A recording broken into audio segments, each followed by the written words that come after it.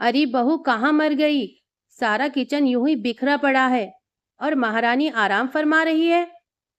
सास कोकिला बाई के इतना जोर से चिल्लाकर बुलाने की आवाज से सिमर दर्द से अपनी कमर पकड़ते हुए उठ ही रही थी कि एकदम से उसके कमरे का दरवाजा खुल गया और दरवाजे पर सिमर के सास ससुर दोनों ही गुस्से में खड़े हुए थे।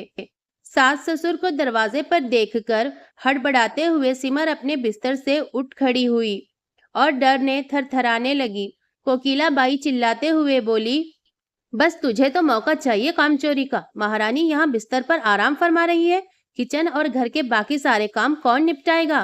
तेरा बाप निपटाएगा। सिमर का मन तो किया कि मुंह खोलकर बोले कि सुबह से वही सब तो काम कर रही हूँ। काम करते करते कमर और बदन दर्द कर रहा है। आखिर मैं भी तो इंसान हूँ। लेकिन बोल नहीं पाई। वजह माँ बाप के दिए हुए संस्कार और सहनशीलता और बड़ों का आदर करना। वैसे परिवार में तो 4 बहुएं थी, लेकिन किसी बहू पर भी ऐसी कोई भी पाबंदी नहीं थी। ये पाबंदियां सिर्फ सिमर के लिए थी। परिवार में सिर्फ एक नौकरानी से ज्यादा कुछ भी हैसियत नहीं थी उसकी, और इसकी वजह कुछ और नहीं थी बल्कि पति की कम आमदनी थी बाकियों की तुलना में। सिमर अपने ही ख्यालों में खोई हुई थी। कितना कुछ उल्टा सीधा कह डाला उसके सास ससुर ने उसे, लेकिन उनके कहने का उसे कोई एहसास ही नहीं हुआ था। वो तो अपने ख्यालों से होश में तब आई जब सास ने गुस्से में उसका हाथ पकड़कर घसीटते हुए उसके कमरे से उसे बाहर ढकेल दिया। वो लड़खड़ाती हुई नीचे गिरने ही वाली थी कि उसी वक्त काम से आए उसके पति की बाहों ने उसे संभाल लिया। अपने माता पिता का ऐसा रूप देखकर ईशान दंग रह गया। अपनी पत्नी सिमर के साथ इतनी ज्यादा बदसलूकी होता हुआ देखकर बगैर किसी से कुछ बोले हुए और बगैर किसी से कुछ सवाल किए हुए सिमर से बोला, कुछ कहने की जरूरत नहीं है सिमर, चलो यहाँ से। अब और बेइज्जती सहन नहीं कर सकता मैं तुम्हारी इस घर में। अब हम ऐसे घर में नहीं रह सकते जहाँ इंसानों से ज्यादा पैसों को इज्जत दी जाती हो।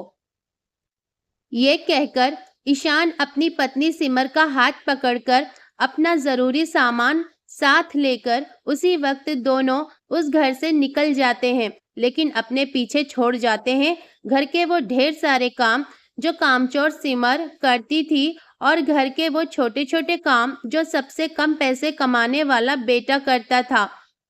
अब वो सारे काम कोकिला बाई और उनके पति को करने थे, क्योंकि घर के बाकी तीनों बेटे पैसे कमाने में बिजी होते थे और बाकी 3 बहुएं अपने शौक पूरे करने में। सिमर और ईशान दोनों अपनी जिम्मेदारियों को समझते हुए परिवार के प्रति अपना फर्ज निभा रहे थे, पर माता पिता दोनों ही अपने बेटे ईशान को हर चीज में कम आंकते और हर बात में नीचा दिखाते और हमेशा कड़वे तानों से पेट भर देते, और इसका परिणाम बेचारी सिमर को भी भुगतना पड़ता, क्योंकि सिमर सबसे कम आमदनी वाले पति की पत्नी जो ठहरी थी। ईशान और सिमर को घर छोड़े करीब करीब 10 महीनों से भी ज्यादा टाइम हो गया था। इन 10 महीनों में माँ बाप ने कोई खबर तक नहीं ली थी बेटे और बहू की, और फिर किस मुंह से खबर लेते, हिम्मत ही नहीं जुटा पाए बेटे ईशान से बात करने की। पैसा कमाने वाले तीनों बेटों पर से उनका घमंड जो चकनाचूर हो चुका था, क्योंकि ईशान घर का बड़ा बेटा था। जब तक वो उस परिवार के साथ था, बाकी बेटों की हिम्मत नहीं हुई थी कभी कि वो अपने माता पिता को कुछ कह पाते। शायद बड़े भाई का डर था। ईशान की तो उस घर में कोई इज्जत नहीं थी, लेकिन पता नहीं इज्जत थी या डर। लेकिन जब तक ईशान उस परिवार के साथ था, तब तक घर में बाकी किसी भी बेटों की हिम्मत नहीं हुई थी कि वो अपने माता पिता को कुछ कहते। पर अब सिमर और ईशान के घर छोड़ने के 15 दिन बाद ही तीनों बहुओं और तीनों बेटों ने बड़ी ही चालाकी दिखाते हुए घर के सारे पेपर्स धोखे से अपने अपने नामों पर करवा लिए थे। मकान, गहने, जेवर सब लूट लिए। यहाँ तक कि अब कोकिला बाई और उनके पति की हालत ऐसी हो गई थी कि वो दोनों एक वक्त की रोटी और सर पर छत के लिए भी अपने तीनों बेटों और तीनों बहुओं के मोहताज हो गए थे। कोकिलाबाई और उनके पति की हालत भिखारियों से भी गई गुजरी हो गई थी। एक दिन सिमर मंदिर की सीढ़ियां चढ़ रही थी तो एक भिखारन औरत फटे हुए मैले कुचैले कपड़े पहने और सूरत तो ऐसी मानो उसे देखकर ऐसा लग रहा था जैसे महीनों से नहाया ना हो, अपना हाथ आगे कर कर सिमर से कुछ खाने के लिए मांगती है। भूख लगी है सेठानी, कुछ खाने के लिए दे दो। उसके मांगने पर जैसे ही सिमर ने चेहरा उसकी तरफ घुमाया और उसकी तरफ अपना हाथ बढ़ाया उसे कुछ खाने को देने के लिए, तो उसे देखती ही रह गई। उस भिखारन औरत को देखकर सिमर पूरी तरह से दंग रह गई थी, हक्का बक्का रह गई थी। सिमर ने कहा, मम्मी जी आप यहाँ और इस हालत में? सिमर के दिल में एक सेकंड के लिए भी ये ख्याल नहीं आया था कि कैसे कोकिलाबाई और उनके पति यानी सिमर के सास ससुर ने सिमर और सिमर के पति ईशान का जीना दुश्वार कर दिया था। सिमर अपनी सास को इस हालत में देखते ही फौरन बोली, चलिए मेरे साथ, यहाँ से चलिए। और मम्मी जी, पापा जी कहाँ हैं?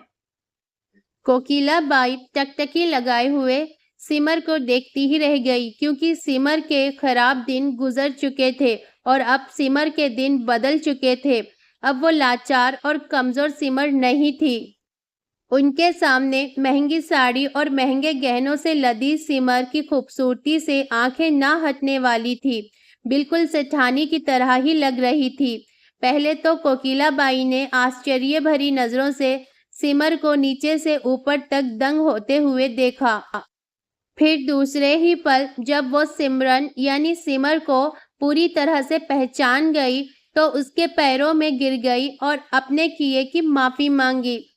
सिमर के पैरों को पकड़कर रोते हुए जब अपने करने की माफी मांगने लगी तो सिमर ने अपने पैर खींचते हुए और अपने दोनों हाथों से कोकिलाबाई को पकड़कर उठाते हुए कहने लगी, अरे मम्मी जी उठिए, आप ये क्या कर रही हैं?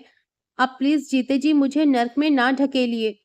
अब चलिए मेरे साथ, घर चलते हैं। घर जाने के बाद अब कोकिलाबाई और उनके पति ईशान और सिमरन की तरक्की देखकर, उनकी हैसियत देखकर शर्म से पानी पानी हो रहे थे। उनकी नजरें बेटे ईशान के सामने उठ ही नहीं रही थी। खुद का घर, गाड़ी, नौकर चाकर सब था अब उनके दोनों के पास। दोनों ने ये सब पाने के लिए रात दिन एक करके इस हैसियत को पाया था। कोकिलाबाई और उनके पति ने अपने बहू बेटे से अपने किए की माफी मांगकर अब सिमर और ईशान को कभी ना दिया जाने वाला सम्मान और प्यार अपने माता पिता द्वारा खूब सारा भर भर कर लाड़ दुलार किया जाने लगा, जिसके लिए सिमर और ईशान तरस रहे थे। बहू बेटे ने भी खुले दिल से अपने माता पिता के द्वारा की गई सारी गलतियों को भुलाकर अपने माता पिता से ये बोलते हुए कि आप दोनों ने अगर हमारे साथ उस तरह का रवैया ना रखा होता तो आज हम इतने ऐशो आराम की जिंदगी हासिल नहीं कर पाते शायद। फिर सिमर और ईशान ने अपने माता पिता को खुशी खुशी अपना लिया, पूरे खुले दिल के साथ। तब दोनों आशीर्वाद देते देते कोकिलाबाई और उनके पति के मुंह से निकला, कितने नसीब वाले थे हम दोनों, लेकिन अपनी देवी जैसी बहू को ना समझ पाए थे। तभी ईशान ने शरारती अंदाज में आंख मारते हुए कहा, और मैं देवता। और ईशान की बात सुनकर सब लोग जोर जोर से हंसने लगे। दोस्तों, कहानी पसंद आई हो तो वीडियो को एक लाइक कर हमें मोटिवेट जरूर करें, और अगर चैनल पर पहली बार आए हो तो चैनल को सब्सक्राइब करें ताकि सबसे पहली अपडेट आपको मिले।